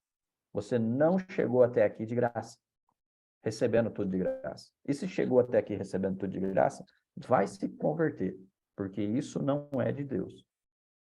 Tem custo. Você precisa entender que tem custo. Tem custo e tem valor. Unção tem preço. Então veja só, com base nesse texto que nós lemos, eu preciso que você entenda uma coisa. Onde que Deus quer levar aqueles que creem e que vivem o poder que ele tem para oferecer para nós? Onde que Deus quer chegar? Deus quer chegar a 4 níveis de local. E são 4 níveis de local onde você pode chegar, onde todos nós podemos chegar. Qual é o primeiro nível? O primeiro nível é no meio dos irmãos. A palavra de Deus fala aqui que vai receber sobre todos vocês o poder do Espírito. Então, no meio dos seus irmãos, ou seja, no meio da sua casa, as pessoas vão reconhecer que você tem poder, que você é uma pessoa que está caminhando com os sinais, milagres e maravilhas, que você é uma pessoa que tem unção. A unção que está sobre você será reconhecida no meio dos irmãos, entre nós, entre a sua família, entre os seus amigos. As pessoas vão reconhecer. Eu vou dizer para você uma coisa que aconteceu, para vocês poderem entender. Eu participo de um grupo de WhatsApp dos ex-colegas de trabalho da empresa que eu trabalhava. E aí o que aconteceu há um tempo atrás foi um deles tirar sarro do outro de uma forma... Eu não me lembro bem ao certo o ponto, mas eu me lembro da frase que ele falou. Ele virou na frase e falou assim, ó, olha só, eu só não falo tudo que você merece ouvir por respeito ao João Cobal. Eu nem estava na conversa. Eu nem estava na conversa. Aquele grupo eu entro e saio assim só para... A hora que eu tenho dúvida do agro, de alguma coisa assim que está ligada a fertilizante, eu boto minha dúvida lá, pergunto para eles, eu uso aquele grupo mais como um suporte de networking para eu poder me reconectar com as dúvidas que eu tenho dos fertilizantes. Mas eles não colocam nenhum tipo de pornografia naquele grupo, não colocam nenhum tipo de desmoralização a outras pessoas, eles não usam aquele grupo para poder fazer qualquer tipo de coisa desse tempo. Por quê? Porque eu entendi só depois dessa mensagem. Por respeito ao João Cobal, eu não vou dizer tudo o que você precisava ouvir nesse grupo. Que era uma piada, lógico, ele não estava brigando um com o outro. Mas, de certo, ele iria falar sacanagens. Mas por respeito a mim, ou seja, a unção que eu tenho ali, o respeito que eu adquiri, ou seja, por conta de tudo ali, então no meio dos irmãos, eu realmente fiz e faço a diferença. E você, quando você entra num grupo de WhatsApp, você sente que as coisas mudam? Ou continua igual? Então, ou seja, tem que mudar. Porque a sua presença ali naquele lugar tem que fazer a diferença. Você é luz. E quando você recebe o poder de Deus, você tem poder para parar. A Flávia sabe, ela conhece, ela abre meus grupos de WhatsApp. Olha, falar para vocês que faz anos, mas anos que não aparece uma mensagem com uma foto de mulher pelada, por exemplo. Anos! E eu participo de grupos que não são só de cristãos. Mas faz anos. Por quê? Porque aonde o poder de Deus está, o diabo tem que ceder. O poder das trevas para. Então, se você é acessado e se você é assediado por coisas desse nível, é porque você ainda não reflete a imagem e o poder de Deus. Você ainda não está vivendo esse Atos 1:8. Você não recebeu o poder. Porque se você receber poder, a hora que você receber poder de fato e usar esse poder, as trevas têm que ceder. Simples assim. Tem que ceder. Segundo nível, ele fala do quê? Da cidade. Está falando de Jerusalém. Ele fala, e sereis minhas testemunhas tanto em Jerusalém, cidade. Então, o segundo lugar onde você vai ser influente é na cidade. Então, ou seja, ele está falando de território. Nós recebemos uma palavra aqui em casa que aqui é um portal. A nossa casa é um portal que está influenciando a cidade de Campinas. Então, nós precisamos nos posicionar como verdadeiros guardiões deste portal, para que a cidade receba bênção. Gente, eu vou falar para vocês uma coisa. A cidade de Campinas, aos olhos dos outros, é uma cidade violenta. A Flávia falou para mim que ela participa de um grupo, perdão, não é que participa, ela acha que segue uma coisa, que assim, é se espremer assim, pinga sangue, o que se tem, né, nesse grupo. E, gente, a gente não vê isso. Nós não vivemos essa violência que o mundo lá fora tá mostrando. Por quê? Poder de Deus. Para nós, Campinas é uma cidade pacata, é uma cidade, né, extremamente tranquila, agradável de se viver. Essa Campinas a gente não conhece. Essa Campinas violenta, nós não conhecemos. Então, ou seja, o poder de Deus, quando chega, ele cega quem precisa cegar, as trevas. Ele te esconde, ele coloca você debaixo de um manto de invisibilidade. Ele faz o que é preciso para que você não seja atacado. Óbvio que aí tem a parte de você não deixar portas abertas. Então, principalmente com relação à violência através de roubo, está ligado à fidelidade de dízimos e primícias. Isso é fato. Agora, se você é fiel nisso tudo e você tem poder de Deus, pronto, é a combinação perfeita para que você viva num ambiente onde Deus está presente, não onde o inferno está. Nós tivemos um evento que nós vivemos aqui, acho que deve estar fazendo o quê? Uns 2 meses, né, Flávio? Que a gente parou num semáforo e que no semáforo a gente estava ali com o carro parado, primeiro da fila, um ônibus parado aqui do lado, só 2 pistas, veio um cidadão de lá para cá, tirou uma arma da cintura, mostrou para o motorista do ônibus. Não foi para nós, entendeu? O nosso carro do lado, um carro que é um carro que chama atenção, nosso carro do lado, um ônibus do outro lado, ele mostra para quem? Para o ônibus. Abriu o semáforo, arrancamos, não sei o que aconteceu. Mas o ponto é, ele nos escondeu, entendeu? Mesmo no ambiente de violência, nada aconteceu. Tanto que nada aconteceu, que eu acho que a Mel estava no banco de trás, ela nem viu. Ela nem viu. Então o bandido não nos viu, simples assim. Ele nem percebeu que tinha gente do lado. Ele nem olhou para nós. E a gente ficou ali algum tempo, até abrir o semáforo. Blindou. Por quê? Porque aqui tem um servo do Senhor, uma serva do Senhor. Somos fiéis, dízimo e primícia. Nós temos realmente buscado o poder de Deus, agido no poder de Deus, E sim, os nossos anjos nos blindaram naquele tempo. Então, você precisa compreender isso, porque isso está a nível de cidade. Terceiro nível, nível de nação. Ele fala logo na sequência ali, porque foram testemunhos em Jerusalém e em toda a Judéia e Samaria. Judéia e Samaria era a nação de Israel. Era a nação que estava relacionada a Jerusalém. Então, quando você precisa entender que o seu nível de unção está subindo, você vai ter influência sobre a nação. O seu nível de influência, o seu nível de poder vai chegar nesse nível. Então, você precisa compreender que este nível de influência, ele está relacionado a você usar o poder de Deus e manter-se de acordo com o que Deus quer. Hoje, a companhia de Daniel tem gente praticamente do Brasil inteiro. Então, sim, nós já estamos vivendo um tempo de nação.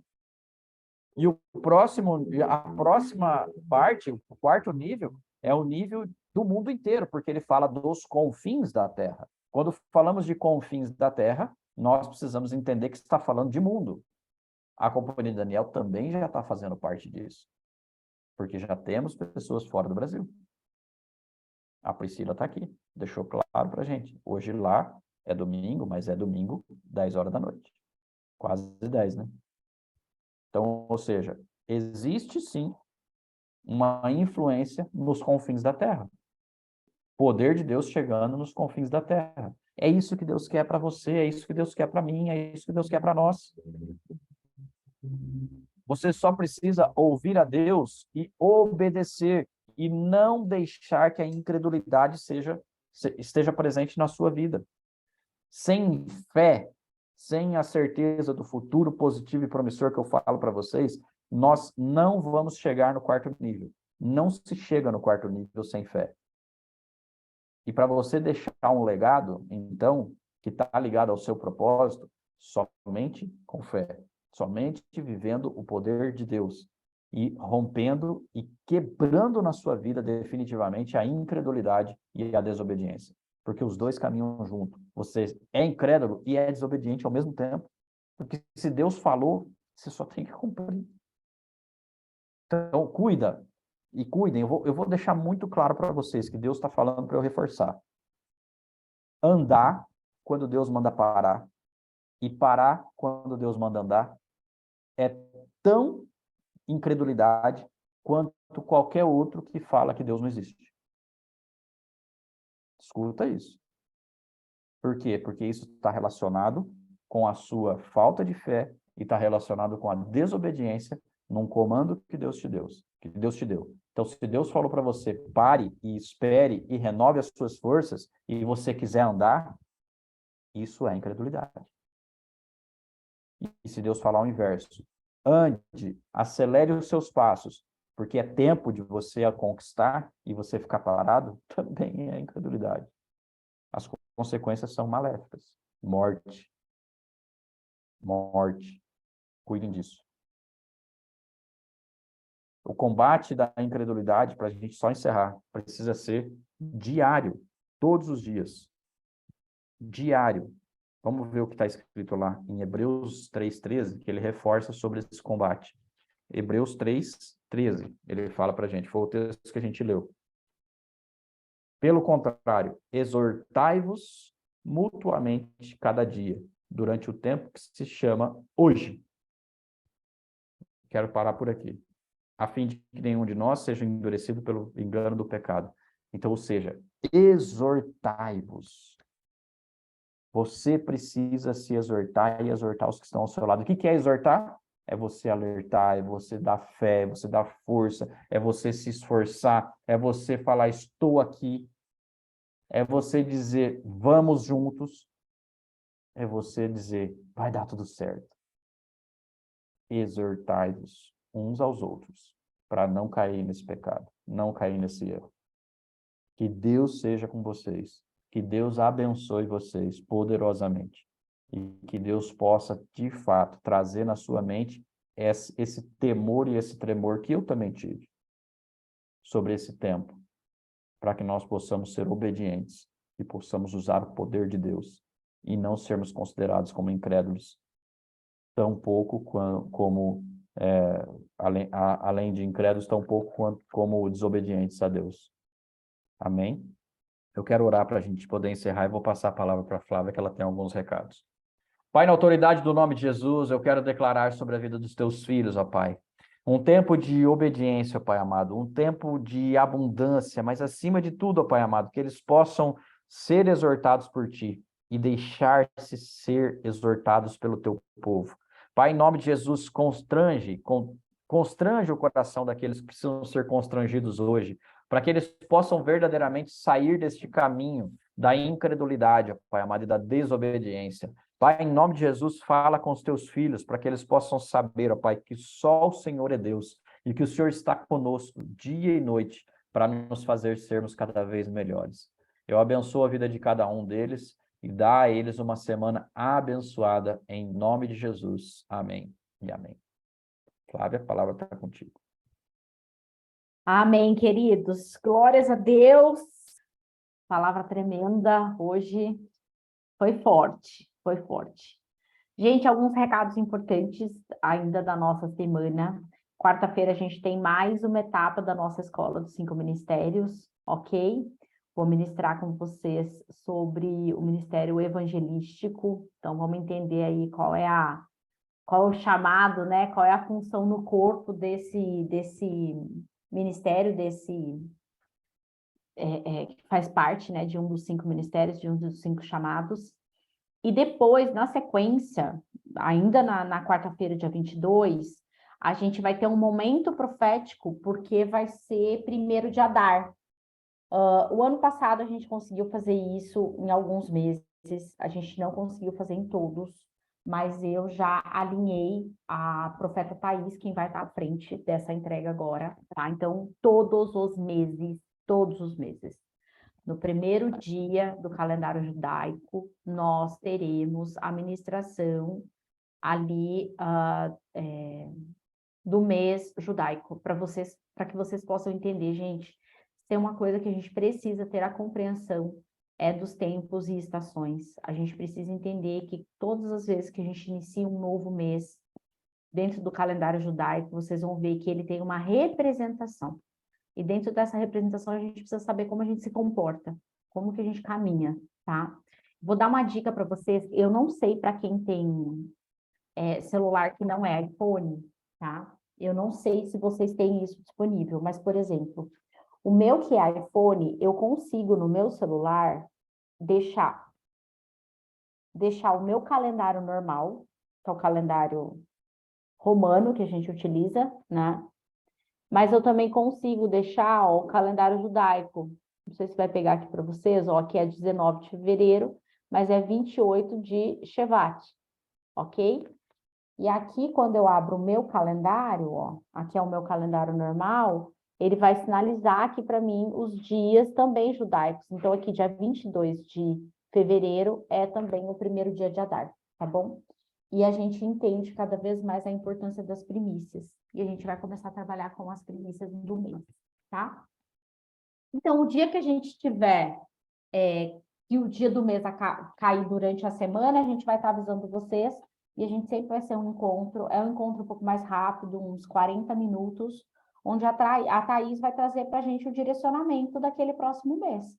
Ou seja, quais são as coisas importantes que a gente precisa estar aí atentos para a gente não cair nos engodos aí de Satanás nas nossas vidas, ok? Então, quarta-feira a gente tem Escola de 5 Ministérios, terminando a ministração dos 5 Ministérios, a gente já vai para as primícias do mês, que é o 1º de Adar, ok?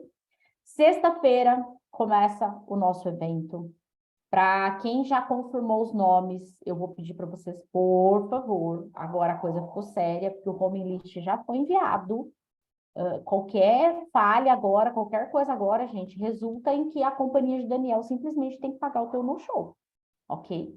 Então, por isso que eu insisti tanto na confirmação, tá bem? Porque agora, se você não for, o hotel cobra de nós a tua presença, tá bem? Vocês podem chegar no hotel, o check-in no hotel na sexta-feira está liberado a partir das 14 horas. Então, a partir das 14, vocês já conseguem entrar nos quartos, tá bom? Quem quiser chegar um pouco mais cedo, Robson, Renatinha, que eles vão ajudar a gente com as montagens, a parte do louvor também, a Fer também, mas eu sei que a Fernanda tem uma reunião. A partir do meio-dia, a sala já vai estar liberada para nós. Então, depois a gente pode falar no privado, para a gente combinar e entender se realmente vocês conseguem chegar por volta desse horário. E também, quem quiser chegar mais cedo, não tem problema, você pode usar todas as dependências ali do hotel, o hotel tem bastante lugar ali para ficar, tá bom? E aí vocês podem almoçar já no hotel. Nós, possivelmente, eu e o João, a gente já deva almoçar no hotel, tá bom? Não tenho certeza ainda, mas quase certeza que sim. E daí a gente já vai chegar mais cedo para a gente organizar toda a parte lá da sala, tá bom? Aí paga um valor à parte lá do almoço. A partir da tarde, a partir das 14 horas, que é quando você entra no quarto, aí entra naquele valor que foi passado, aí já está tudo incluído. No final do dia a gente tem um welcome coffee, aí nós temos jantar, e aí a gente já começa com as nossas atividades, tá bom? Eu vou passar para vocês, quem estiver lá no evento, eu vou passar diariamente como que vai funcionar a agenda, mas a princípio vai ser uma agenda intensa, mas levem roupa de banho, tem lugar para vocês usufruírem. A gente também quer que vocês aproveitem um pouco ali das dependências do hotel também, tá bom? Qualquer dúvida, vocês me chamem. Quem ainda estiver precisando de carona ou alguma coisa assim, a Adriana Borges saiu, mas eu já confirmei com ela, tá, Ju? Que vocês poderão levar ela, tá? Porque ela depende dessa carona, porque ela mora em Minas, Divinópolis. E aí, na vinda, tem ônibus que vem para Campinas. Na volta, ela não teria. Ela teria que ir só na segunda-feira, mas daí prejudica ela por conta do trabalho. Então, por isso que ela precisa voltar para São Paulo no domingo, porque daí ela pega o ônibus em São Paulo no domingo, ok? Acredito que é isso. Que Deus abençoe vocês, que vocês tenham um domingo extraordinário. Lembrem-se que se não vai tudo bem, lembre-se que tudo vai bem e que você pode, diante de Deus, né, colocar o teu coração, porque com certeza Ele sabe do que você precisa, tá bom? Shalom, shalom, Deus abençoe, um domingo extraordinário. A gente se vê quarta-feira.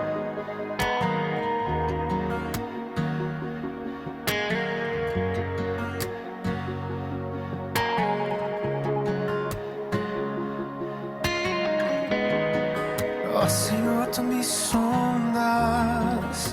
de longe me percebes, sabes tudo que eu quero te falar. Em tua mão tens todos os meus dias. Se eu subir ao céu ou descer ao mar, mesmo ali tua mão me guiará. Tu és a resposta, eu não temerei, pois tu estás comigo, eu sei, nada vai me faltar. Não temerei, em meio à tempestade eu sei, não irei naufragar. Tens todos os meus dias.